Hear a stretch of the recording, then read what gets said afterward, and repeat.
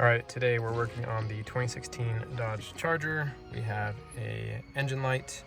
So we're looking at the codes. You can see we got code P0128, which is the Thermostat Rationality, and I'll go ahead and show you the fix.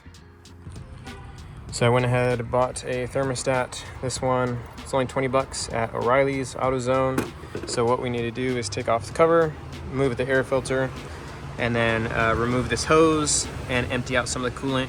Careful, it is going to be hot, but the reason why I think it's the thermostat is because the coolant is actually at the proper level. There's no leakage, so I think it just has to do with our housing being stuck. So I'm going to go ahead and get this off and show you what it looks like. All right, we have the top cover off and we have the air box out of the way.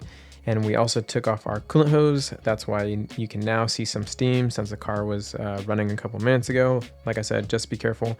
But you have to take off the little clip off the hose, and then you have two 10mm bolts on the top and bottom of the thermostat housing. And then I know it's the thermostat housing because we still have a ton of coolant, so it's not like a head gasket or some other issue.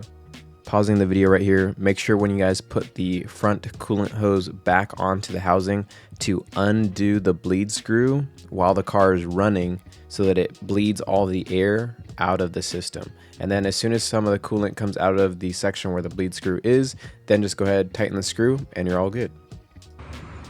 All right, everything is installed, cleaned everything up a little bit, and then we'll go over to the scanner. And then once we get in the car, we'll refresh this and see.